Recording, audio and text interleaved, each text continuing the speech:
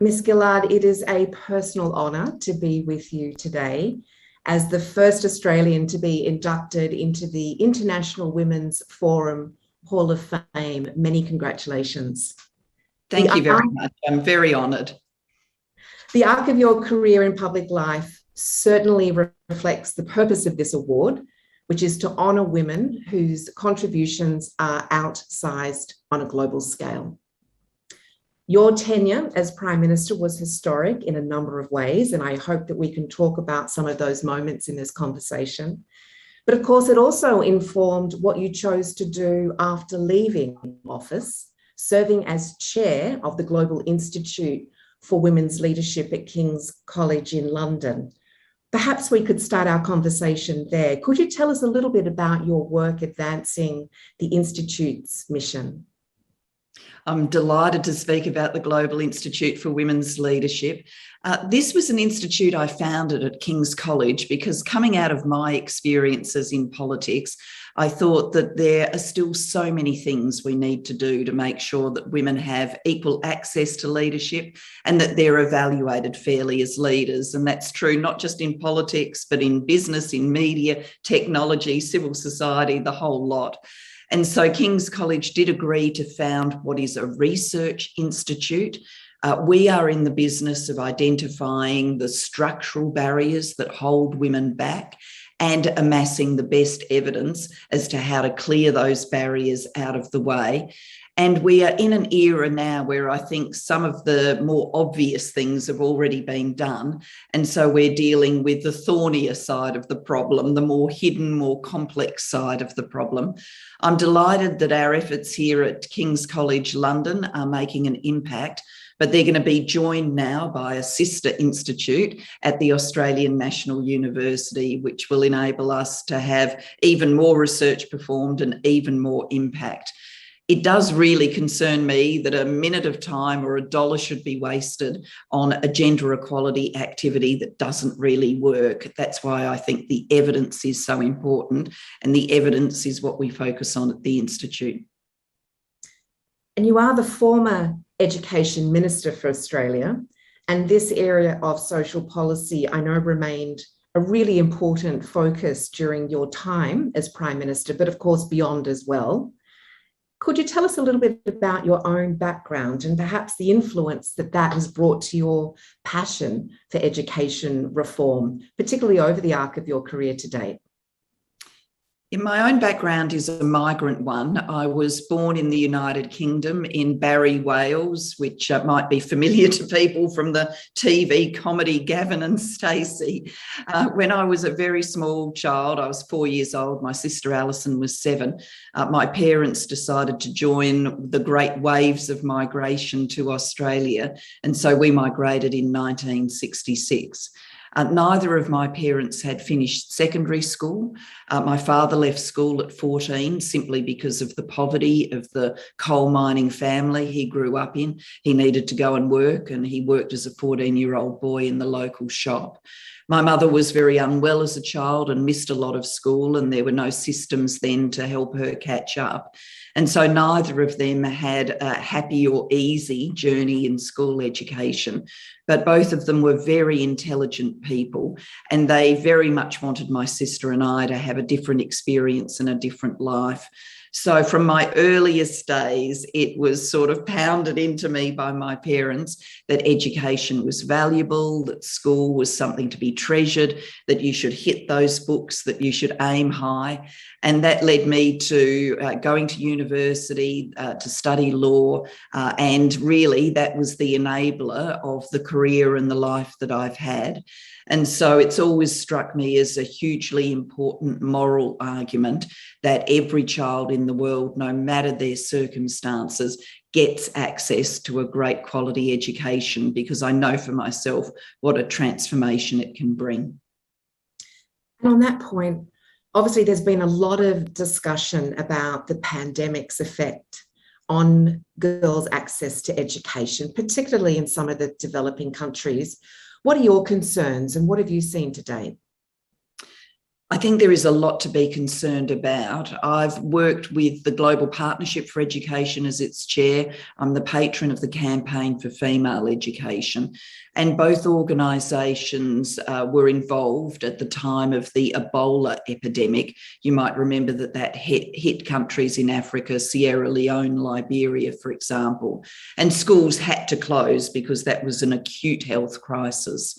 But the evidence showed that when schools closed and then reopened, that the most marginalised children, particularly the girls, did not come back to school. So they had either been the subject of child marriage or diverted onto some form of labour, perhaps domestic labour, to free up an adult in the household to go to work, or subsistence agriculture labour. So informed by that experience, when this pandemic hit and schools started to close, the Global Partnership for Education did what it could and mobilised $500 million US to try and help countries, poorer countries in the world, maintain educational continuity and have good systems to bring every child back to school. But even with those extra efforts, the tendency, we think, will be for children not to make it back. And so we are at real risk, unless the world keeps resourcing and doubling down on this, that there will be a generation of children that are disproportionately lost to education as a result of COVID-19. Frightening when you think about it. Congratulations on your appointment as chair of the Wellcome Trust. I think in that role, you'll certainly be able to drive so much important work, research, and other programs around some of the themes we've touched on already. But perhaps you could tell us a little bit about the Wellcome Trust and what your ambition will be moving into this new role. Very happy to do that. Firstly, it's not welcome in the sense of hello, how are you?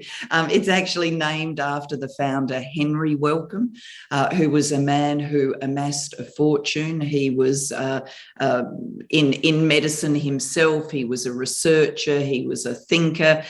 He was a quester after new solutions to healthcare problems.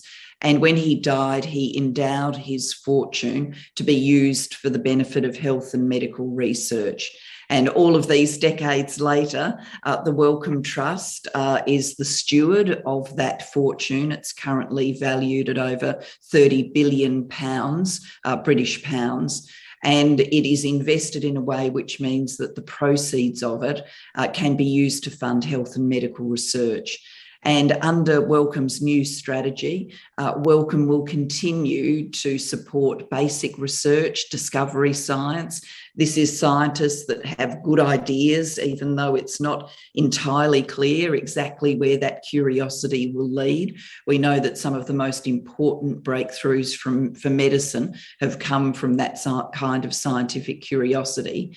But in addition to that kind of discovery research, Wellcome is, under its new strategy, going to focus on infectious diseases, mental health, and diseases and health conditions that are exacerbated by climate change. And so I think each of them is an incredibly important area and so timely and so resonant with the world that we're in now. Absolutely. And what an exciting opportunity for you to be leading that. Now, I am an avid listener of your podcast, Of One's Own, and I really enjoyed the last episode with Professor Michelle Ryan, and I really enjoyed that conversation for multiple reasons. But I was really intrigued around the topic, of course, of has the pandemic slowed progress towards gender equality? And I know that it has become a hot topic of conversation, and I'm sure it will continue. There's also been a question mark over, has female-led countries perhaps fared better in the pandemic? What do you think this perhaps tells us about female leadership? It's an incredibly interesting debate. The statistician in me wants to say we don't have a big enough sample size of countries led by women to draw robust conclusions, which is telling you something in and of itself, that it is still relatively rare for a woman to lead a nation in our world. But when I think about it more intuitively, I think what is going on is women who come through for leadership have usually found a way of combining strength and empathy. And they need to do that because when we, and psychological research shows this, when we, women and men, look at leaders, if we look at a male leader, we can be approving if the only characteristic he shows is strength. But when we look at a female leader, we are looking at her to show both strength and empathy. If she only shows strength, we can often conclude she's pretty unlikable. And so the women that come through have this combination. And I think during the days of the pandemic, that has been a winning combination because we've all felt so scared, so discomforted by this huge disruption to our world as we knew it, that we've wanted to look at our leaders and know that they've got the strength to get us through these troubled times. But we've also wanted to see that they get it, that they're empathetic, that they understand that we're a bit frightened. And so I think many of the great quality women leaders in our world, I'm thinking of people like Jacinda Ardern in New Zealand and Erna Solberg, the Prime Minister of Norway, and the list goes on. I think that they've shown those characteristics. If you flip it another way, the style of leadership that has least worked at this time is that sort of ultra macho swaggering style of leadership. And I'm thinking of leaders like President Bolsonaro in Brazil, because ultimately COVID-19, the virus, isn't interested in a whole lot of bluster. It gets on and does what it does, infecting more people, unless you've got careful, scientific-led leadership, which does combine strength and empathy. That's a great point. Now, you touched on this point earlier. Of course, according to the UN, there are currently only 25 women serving as heads of state worldwide. And at the current rate, gender parity in the highest positions of power will not be reached for another 130 years. Why do you think we haven't made more progress since you were in office? I wish I knew the answer to that, because knowing the answer, I think, would give us the, seeds of the solution. We spend a lot of time on all of this at the Global Institute for Women's Leadership. I think that there's a combination of factors here. One, I think we're in the tougher bit of the gender equality change. I remarked before that the obvious things have already been done. So to give an example from my old profession of law, when I emerged with a brand new law degree and was looking for a job at a law firm, it would have been very common then for women law graduates to be interviewed by a team of partners, and there would have been 3, 4, 5 men doing the interviewing and no women. That would have been a very routine experience. Now, no one would do that now. No law firm hiring would deploy an interviewing team like that. Everybody understands that you've got to have gender diversity in interviewing teams, and people would be very respectful about how they do the interview and not ask questions like, are you intending to get pregnant? Are you intending to get married? Which were the kind of very routine questions back when I was coming out of law school. But what remains is the harder bit. And to give an example from law, we at the Global Institute here have been in contact with a law firm, and they found that even though they'd done so many things, that they were still disproportionately promoting men into the legal partnership ranks. They wanted to change that. And what they actually found when they studied it is they're a litigation firm. There are only so many big blockbuster cases each year. The partner leading the case would mobilise the team. The partner's likely to be a man. They worked out that the partner was mobilising a team that kind of reminded him of what he was like when he was a young lawyer. So they tended to be disproportionately male teams. And it was those lawyers that stood out for promotion. So they made one change. They got someone, a human resources manager, who was going to pick the teams. And once they did that, the teams were more balanced. Who stood out for promotion was more balanced. Now, I give that example because I think it's a good window into the fact that we're in this complicated, sticky bit where to make real progress, a lot of the solutions have to be quite bespoke and very deeply thought through. Now, of course, that's not true everywhere in the world. In many parts of the world, we're still battling at a more profound and fundamental level of equal legal rights for women, equal voting and political rights for women, equal economic rights for girls' education, and for equal education for boys and girls.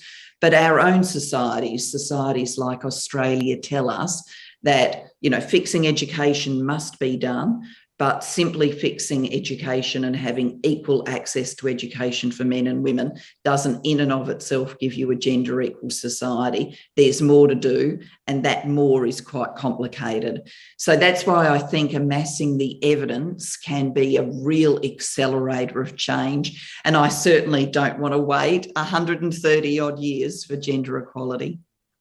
No, me neither, that's for sure. Now, of course, there's been a documentary out about your time as Prime Minister, Strong Female Lead, which I have watched. I know that you have not viewed the documentary. For those of you who haven't watched it, it's titled Unvarnished, and it's a look at, of course, Australia's response to having a woman in the top job here in Australia. I got quite emotional when I watched that documentary, and I don't think I'm alone. Talking to many of my friends and people that I know who have viewed it, it really struck a chord. And I think on reflection, it was really quite shocking to see the level of sexism, the misogyny that was hurled your way. I mean, it was really quite alarming to watch it.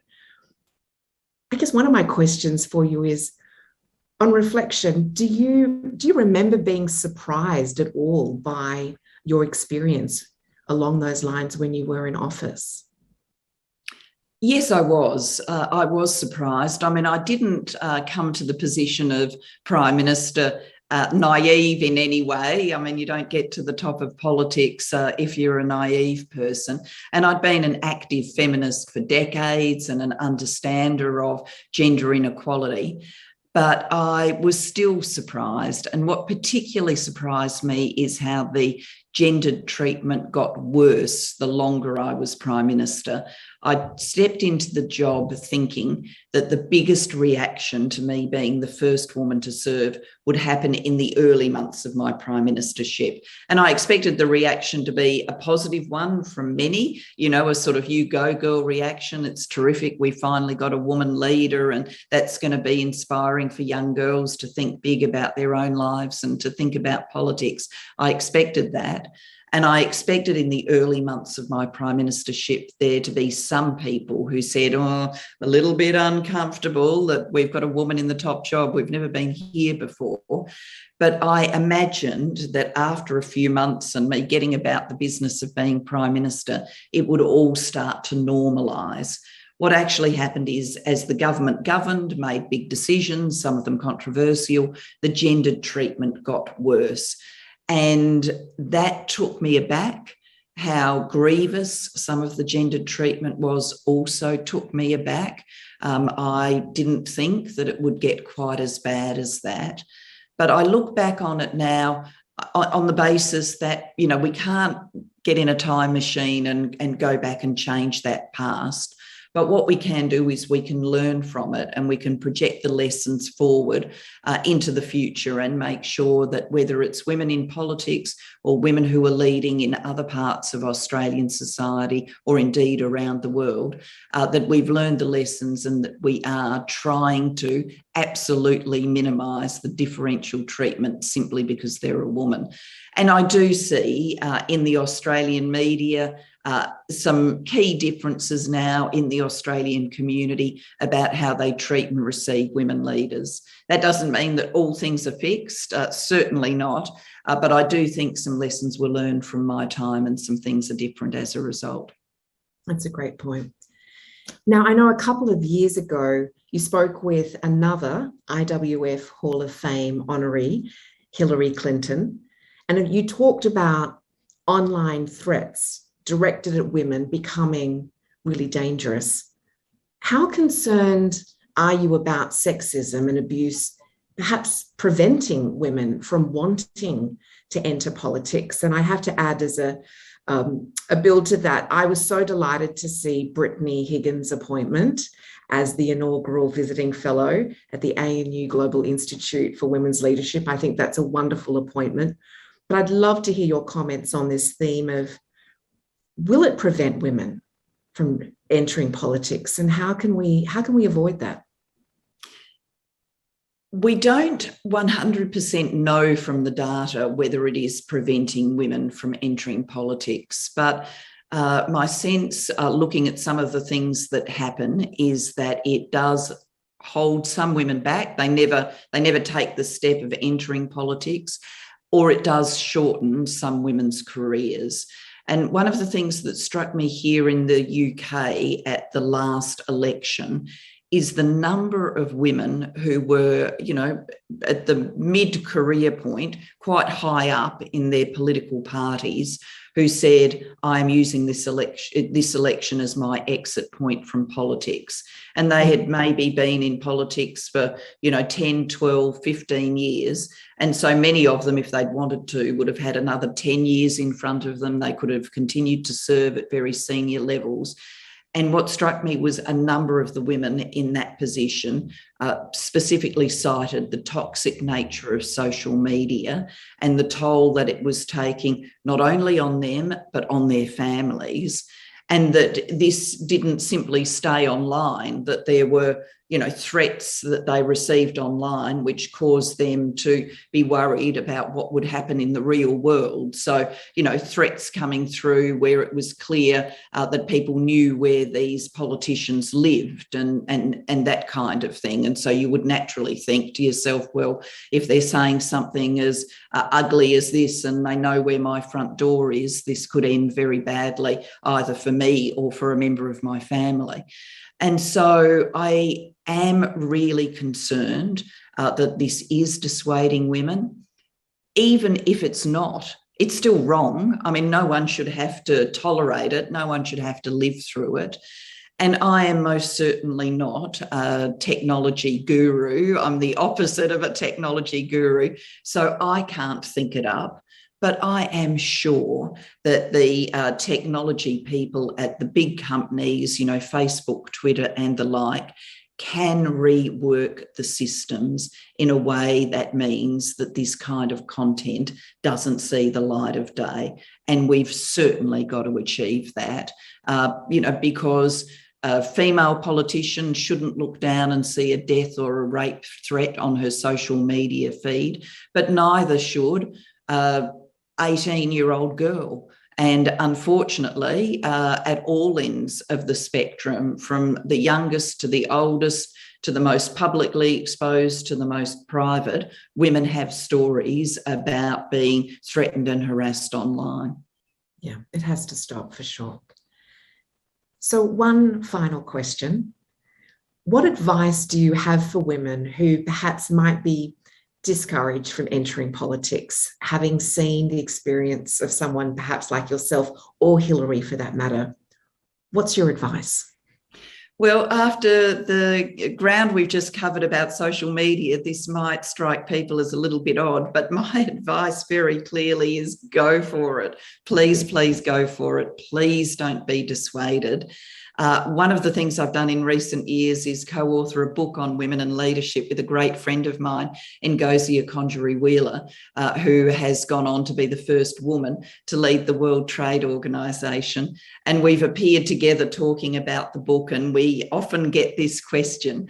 And Ngozi talks about when she was finance minister in Nigeria, the first woman to serve, And she designed a program that literally lifted millions of women subsistence farmers out of poverty. And she would then challenge the audience and say, who wouldn't want to do that? Who wouldn't want to lift millions of women out of poverty? I mean, imagine getting the opportunity to do that.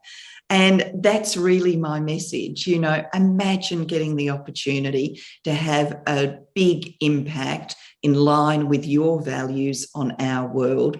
That's the opportunity leadership brings. And whilst there's still the gendered bit, you know, we're in a situation now where women know that those moments are going to come and can be forewarned and forearmed to deal with them. They can be part of the change process of bringing gender equality. And through being a leader, they can be part of shaping a better world for our generation and for future generations. So get right in there is my advice. I love that. Well, Ms. Gillard, thank you for your time and congratulations again on your induction to the IWF Hall of Fame. We really look forward to welcoming you home to Australia, hopefully sometime soon. Thank you. I'm aiming to get home soon and I'm so looking forward to it. And thank you. I'm truly honoured. Thank you very much.